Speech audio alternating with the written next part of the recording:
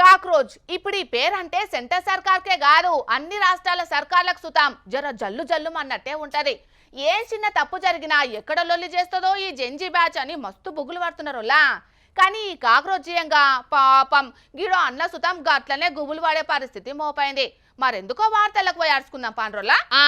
ఇది చూడంగానే మీకు ముచ్చటేందో సమజయ ఉంటది కదా. అవునోల్లా, మీరు అనుకున్నట్టే జరిగింది గిడ. జగిత్యాల జిల్లా కేంద్రంలో ఫుట్పాత్ మీద పెట్టిన గి టిఫిన్ సెంటర్లా ఒక ప్లేట్ ఇడ్లీ ఇంకో ప్లేట్ వడలు పార్సల్ తీసుకుపోయిందట గి అన్న. బిడ్డకి ఇడ్లీ తినిపించిందట. ఇక వడ తిందామని ముత్తమంతా ముక్క జుంచంగానే ఈ బొద్దింక గానొచ్చేటాలకు అబ్బరో కొడుకో జర్ర అయితే ఆయిల్ల మంచిగా ఫ్రై అయిన బొద్దింక నా కడుపులకు పోయే కథ అయ్యేదని భయపడి దీని కథ ఏందో అడుచుకుందామని ఆ టిఫిన్ సెంటర్ కాడికి వచ్చి అడిగిండు.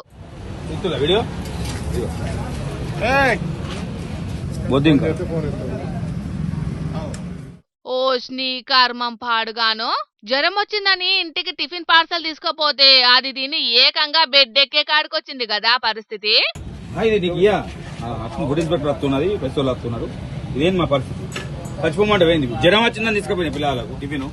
ఇంకా నయ్యాం సుంచుకున్నాక చూసినావు అదే చేతిలో పల్క ఫోన్ పట్టుకోనో లేకుంటే టీవీలో లీనమయ్యో తినుకుంటూ ఉంటే మాత్రం అట్లనే కడుపులకు పోయేది కావచ్చు. పోన్రి ఇగిట్లా ప్రజల ప్రాణాలతోటి చెలగాట మారుతున్న ఇసొంటి టిఫిన్ సెంటర్ల మీద ఫుడ్ సేఫ్టీ అధికారులకు ఫిర్యాదు చేస్తన్నా వీళ్ళ మీద కఠిన చర్యలు తీసుకునేదాకా ఇడిచిపెట్టేదే లేదని గారానికి వచ్చింది ఈ అన్న. ఈ అన్న కథ ఇట్లుంటే గీ ముచ్చట చూడుండ్రి. ఈ రోజు మా మనవరాలు బిర్యానీ అడిగిందమ్మా. 3 ఏళ్ళ బిడ్డమ్మా.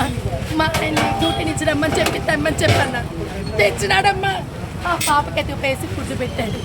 ఆ పాప తినేసింది. లాస్ట్లో నేను ఇప్పుడు ఓపెన్ చేసి చూస్తే వాసన బిడ్డకి ఏం తెలుస్తుందమ్మా. ఇన్నారు కదా, వాళ్ళు ఏం చూడకుండానే చిన్న పిల్లలకు పెట్టిండ్రట. ఆ టెంక చూస్తే ఆ బిర్యానీ మొత్తం పాడైపోయి ఉన్నదట. మరి గిసొంటి ఎందుకు ఇచ్చిండ్రో అడుగుదామని ఆడికొచ్చి చూస్తే ఆడ మొత్తం పాడైపోయిందే ఉన్నదట. పాయిజన్లతోటి అవస్థ పడ్డోళ్ళ గురించి సోషల్ మీడియాలో ఎన్నో వార్తలు వస్తున్నాయి. అయినా వీళ్ళు మారరా?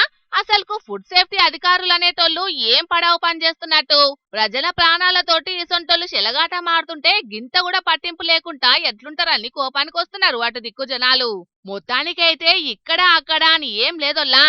కాసులకు కకృతి పడి మంది పానాలకి ఏమైతే మాకేంది అన్నట్టు ఎక్కడైనా గిదే కథ చేస్తున్నారు కొందరు దుర్మార్గులు. మరి అసొంటోళ్లకు అదే కుళ్ళిపోయిన బిర్యానీ బొద్దింకలు పడ్డ టిఫిన్లనే తినిపిస్తే సెట్ అవుతారు కావచ్చునొల్లా.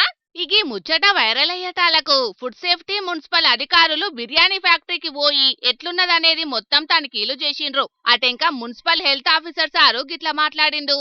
ఇమీడియట్ గా మనం అంతా కూడా మెటీరియల్ సీజ్ చేసి నోటీస్ యూజ్ చేసి టెంపరీగా దాన్ని ఎస్టాబ్లిష్మెంట్ సీజ్ చేయడం జరిగింది. ఫుడ్ సేఫ్టీ ఆఫీసర్ కూడా మనకి కర్డ్ సంబంధించిన శాంపుల్ కలెక్ట్ చేశారు, బిర్యానీ సంబంధించిన శాంపుల్ కూడా కలెక్ట్ చేశారు. సో ఆ శాంపుల్లో ఏదైనా మనకి ఇట్లా కంటామినేషన్ ఉండే అవకాశం ఉందని తేలితే మాత్రం వాళ్ళ మీద చట్టపరమైన చర్యలు తీసుకొని జాయింట్ కలెక్టర్ కోర్టులో కూడా కేసు పెట్టే అవకాశం. మున్సిపల్ సార్లేమో నిబంధనలేం పాటించలేదని కోపం చేస్తే దాని ఓనర్ గిట్లాన పట్టిండు. ఇది ఓపెన్ కిచెన్ అండి. ఇప్పుడు చూసారంటే క్లోజ్ కిచెన్ కాదు, దాచిపెట్టుకునే కిచెన్ కాదు. 365 days ఎప్పుడు వచ్చినా కూడా కిచెన్ అవైలబిలిటీ ఉంది. ఇప్పుడు మిగతా రెస్టారెంట్ లోపల ఉంటుంది, ఏదో గోల్మాల్ చేయొచ్చు. ఇప్పుడు లైవ్ చికెన్ ప్రతి ఒక్కరు పోయే వాళ్ళు కిచెన్ చూడొచ్చు, చేయొచ్చు. మాది ఓపెన్ కిచెన్, ఎవ్వలైనా రావచ్చు, ఎప్పుడైనా చూడొచ్చు. మేం రోజు 400 బిర్యానీలు అమ్ముతాం, నాణ్యత పాటిస్తామని అంటున్నాడు ఈ అన్న.